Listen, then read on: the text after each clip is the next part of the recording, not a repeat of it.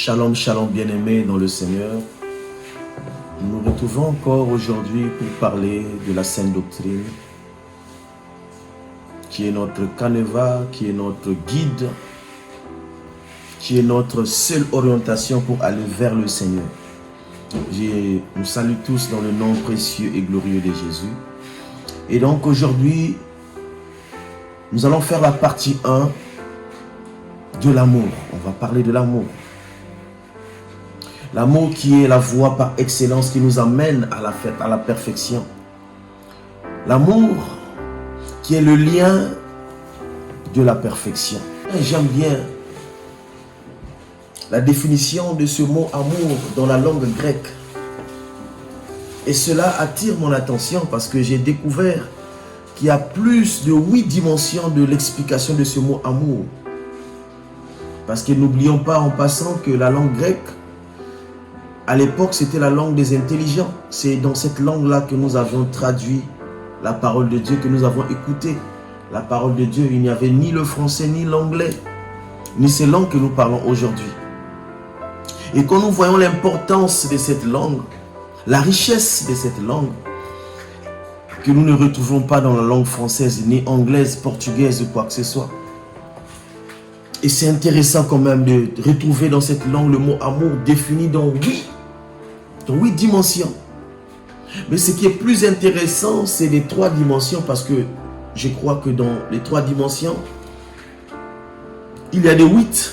Il y a des 8 dimensions. Et donc, en grec, nous avons l'amour, Eros, qui est l'amour d'une relation entre un homme et la femme. Nous avons l'amour philéo, qui est l'amour, qui est une dimension de l'amour de ses proches, de sa famille. Et ensuite, nous avons l'amour agapao, l'amour agapé, qui est un amour sans retour, qui est l'amour à une dimension élevée. L'amour sans regarder l'origine d'une personne. L'amour sans regarder la couleur de peau d'une personne. L'amour sans regarder quoi que ce soit. L'amour sans intérêt. Et ça, nous le retrouvons dans Jean 3,16. La Bible dit qu'il a tant aimé le monde et qu'il envoya son Fils unique afin que quiconque croit en lui ne périsse point, mais ait la vie éternelle. Et nous retrouvons la vie éternelle par l'amour énorme, qui est l'amour agapé. Et c'est ce que nous voulons partager. Et donc, d'entrée en jeu, nous allons lire un passage qui se trouve dans le livre des 2 Corinthiens, chapitre 13, verset 11. C'est Paul qui édifie les habitants de Corinthe. Il dit ceci. Il dit: au reste, frères, soyez dans la joie. Perfectionnez-vous, consolez-vous, ayez un même sentiment, vivez en paix. Et le Dieu d'amour et de paix sera avec vous. Oh, le Dieu d'amour et de paix sera avec vous. Si vous respectez ce principe. Alors, j'ai compris par là que celui qui ne développe pas l'amour, celui qui ne vit pas l'amour, celui qui n'est pas environné par l'atmosphère de l'amour, alors Dieu n'y est pas. Et je me suis interrogé, alors où se trouve-t-il? Mais il est clair que Dieu se trouve dans l'atmosphère de l'amour. Et c'est ainsi qu'il a incité dès le départ. Il voulait unir les hommes afin qu'ensemble, de créer cette atmosphère qui s'appelle l'amour, afin qu'il habite au milieu des hommes qui sont soudés. Alléluia. Donc là où il n'y a pas l'amour, il est clair que Dieu n'est pas là. Alors nous allons tous réfléchir. Tous réfléchir. À base de ce passage, comprendre que Dieu n'agit pas en dehors de sa parole. Dieu n'agit pas en dehors de sa parole. Et donc par là, nous comprenons, bien-aimés, que l'amour est un élément essentiel dans la vie de celui qui a reçu Jésus. Parce que la base de la vie, c'est l'amour. La vie commence à partir de l'amour. Quand tu le répètes dans Jean 3,16, il dit qu'il a tant aimé le monde. Il a tant aimé. Et il a manifesté cet amour en envoyant son Fils unique, afin que quiconque croit en lui ne périsse point, mais ait la vie éternelle. C'est un exemple. Un exemple. C'est comme on dit, la charité d'un homme bien ordonné commence par soi-même. Et Dieu voulait nous enseigner quelque chose, mais il ne pouvait pas nous inculquer un enseignement que lui-même, s'il n'était pas l'exemple, si lui-même qui n'avait pas respecté ses principes.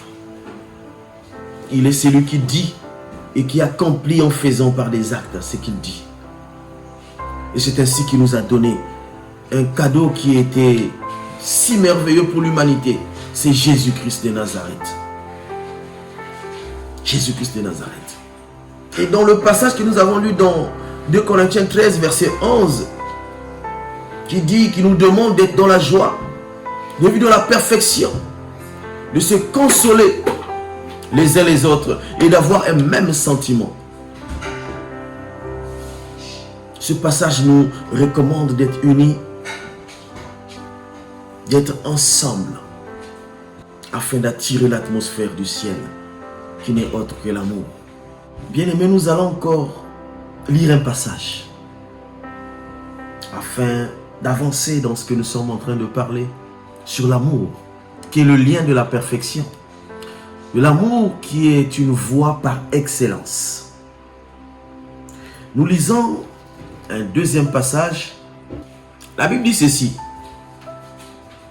Il n'y a ici ni grec, ni juif, ni circoncis, ni incirconcis, ni barbare, ni scythe, ni esclave, ni libre, mais Christ est tout en tous. Ainsi donc, comme des élus de Dieu, saints et bien-aimés, revêtez-vous des sentiments de compassion, de bonté, d'humilité, de douceur, de patience. Supportez-vous les uns les autres. Et si l'un a sujet de se plaindre de l'autre, pardonnez-vous réciproquement. De même que Christ vous a pardonné, pardonnez-vous aussi. Mais par-dessus toutes ces choses, revêtez-vous de l'amour. Revêtez-vous de l'amour, qui est le lien de la perfection. Et que la paix de Christ, à laquelle vous avez été appelés, pour former un seul corps, règne dans vos cœurs. Et soyez reconnaissants, parole du Seigneur.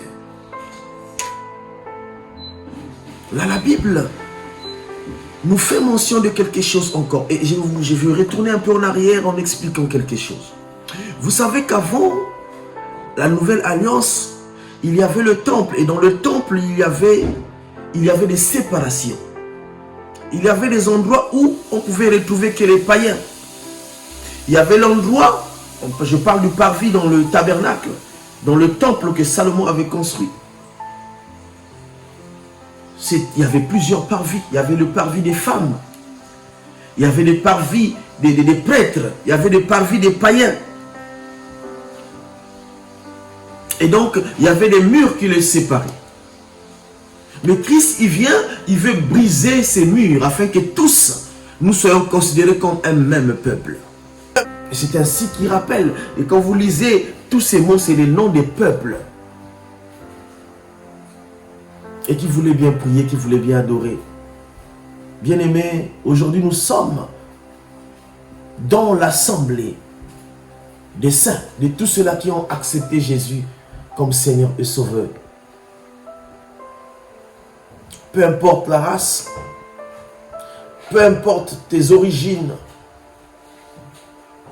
peu importe ta couleur de peau, mon frère, ma soeur, nous sommes un seul peuple. Elle déclare que nous sommes la race des élus. La race des élus. C'est là que Christ a acquis à un grand prix. Bien-aimé. Et ce prix-là valait de l'amour. Valait de l'amour. Il n'y a ni grec, ni juif, ni femme, ni homme. Tous. Parce qu'il est écrit que le voile a été déchiré du haut vers le bas, afin que l'accès soit libre, selon les normes que Moïse avait reçues. Du tabernacle, il fallait qu'il y ait un voile qui sépare le lieu saint au lieu très saint. Et il n'y avait qu'une seule personne qui avait accès, et une seule fois par an. C'était le souverain sacrificateur. Mais cette fois-ci, Christ vient pour briser. Et même dans le parvis, il brise tous ces murs qui existaient, qui séparaient. Et voilà, il nous appelle tous à former un seul corps.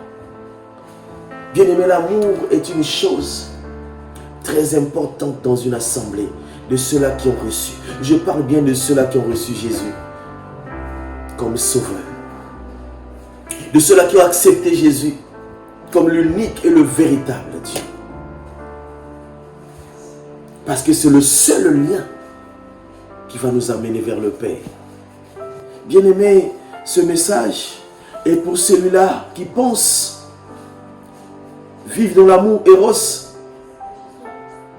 qui est l'amour pour sa femme, et pour celui-là qui pense qui vit dans l'amour Philéo, qui est l'amour de ses proches, de sa famille, de tous ceux qui ont grandi avec lui, de tous ceux qui vivent dans le même quartier que lui, de tous ceux qui parlent la même langue que lui. Non, il s'agit ici de l'amour agapé, l'amour de Christ qui était juif, mais qui est venu, pourtant tu ne l'es pas aujourd'hui, mais qui est venu te sauver, qui n'a pas regardé ta race, il n'a pas regardé ton patois, il n'a pas regardé ta langue, il n'a pas regardé la couleur de ta peau, mais il est venu te chercher là où tu es. Tu ne pouvais rien lui donner, parce que la Bible déclare que l'or et l'argent l'appartiennent. Aucun homme de ce monde ne peut compenser cet amour par un bien matériel. Ce n'est pas possible. Ça veut dire que quand Dieu venait pour sauver l'humanité, il ne regardait pas. Ce n'est même pas ta prière qui t'a sauvé. Ce n'est même pas du fait que tu passes beaucoup de temps dans la présence du Seigneur que tu es sauvé. Non, c'est son amour. C'est par la grâce de son amour que nous sommes sauvés. Et cet amour, aujourd'hui, vient dans nos cœurs afin que nous puissions regarder dans quelle dimension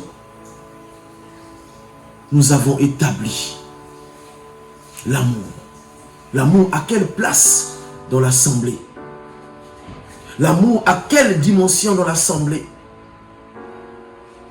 Afin que nous puissions revoir notre façon d'aimer. Afin que Christ y demeure. Parce que là où est l'amour, c'est là où lui demeure. Il dit qu'il ne pouvait pas vivre dans une maison faite de mains d'hommes, mais il a choisi un homme. Mais quel est cet homme? Cet homme-là qui est plein d'amour. Et quel genre d'amour? Pas l'amour Eros, pas l'amour Philéo, mais c'est l'amour agapé. L'amour sans retour. Tu nous fais du bien à quelqu'un, tu ne regardes pas. Tu as dépanné une personne, tu as aidé une personne, tu n'attends pas que cette personne aussi te fasse du bien. C'est ce que Jésus a fait. L'amour, le lien de la perfection. Mon frère, ma soeur, je vais expliquer ce que c'est que la perfection. La perfection est un état, est une qualité de ce qui est parfait.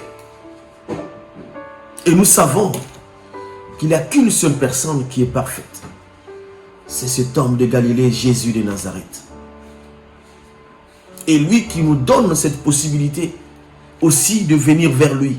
Mais la condition, c'est que pour venir vers lui, il faut avoir la même nature que lui. C'est ainsi que nous sommes appelés les chrétiens. Car un chrétien, c'est celui qui est le modèle de Christ. Celui qui vit comme Christ. je vais finir cette première partie en donnant une grande réflexion. Et nous allons réfléchir autour de ce passage afin de comprendre la grandeur, la puissance de Dieu. Nous sommes dans le livre de 1 Corinthiens, chapitre 13, à partir du premier verset. La Bible dit ceci: quand je parlerai en langue des hommes et des anges, si je n'ai pas l'amour, je suis un airain qui résonne ou un cymbale qui retentit. Et quand j'aurai des dons de prophétie, la science de tous les mystères et toute la connaissance, quand j'aurai même toute la foi jusqu'à transporter des montagnes, si je n'ai pas l'amour, je ne suis rien. Et quand je distribuerai tous mes biens pour la nourriture des pauvres, quand je livrerai même mon corps pour être brûlé, si je n'ai pas l'amour, cela ne sert à rien. L'amour est patient et plein de bonté. L'amour n'est point envieux. L'amour ne se vante point. Il ne s'enfle point d'orgueil. Il ne fait rien de malhonnête. Il ne cherche point son intérêt. Il ne s'irrite point. Il ne soupçonne point le mal. Il ne se réjouit point de l'injustice, mais il se réjouit de la vérité. Alléluia. Hosanna. Il se réjouit de la vérité. Il excuse tout. Il croit tout. Il espère tout. Il supporte tout. L'amour ne périt jamais. Les prophéties seront abolies. Les langues cesseront. La connaissance sera abolie, car nous connaissons en partie. Et nous prophétisons en partie. Mais quand ce qui est parfait sera venu, et ce qui est partiel sera aboli. Ce qui est parfait sera aboli. Écoutez la suite, bien-aimés. Lorsque j'étais enfant, je parlais comme un enfant. Je parlais comme un enfant. Je raisonnais comme un enfant. Lorsque je suis devenu homme, j'ai fait disparaître ce qui était l'enfant. Aujourd'hui, nous voyons au moyen d'un miroir d'une manière obscure. Mais alors, nous verrons face à face. Aujourd'hui, je connais en partie, mais alors, je connaîtrai comme j'ai été connu. Maintenant donc, ces trois choses, écoute mon frère, maintenant donc ces trois choses demeurent. La foi, l'espérance, l'amour, écoute bien, mais la plus grande de ces choses, c'est l'amour. Dans d'autres versions, la charité. La plus grande de ces choses. On va se séparer par cette réflexion, cette grande réflexion. Maintenant, nous allons nous identifier par rapport à cette définition qu'on nous donne de l'amour. Est-ce que nous avions ces éléments? Et c'est alors que nous saurons que si Dieu est avec nous et s'il n'est pas avec nous. Shalom à tout le monde et à très bientôt. À la partie 2, nous allons continuer toujours avec notre sujet, l'amour, le lien de la perfection. Que Dieu vous bénisse. Hosanna, Hosanna, la paix du Seigneur.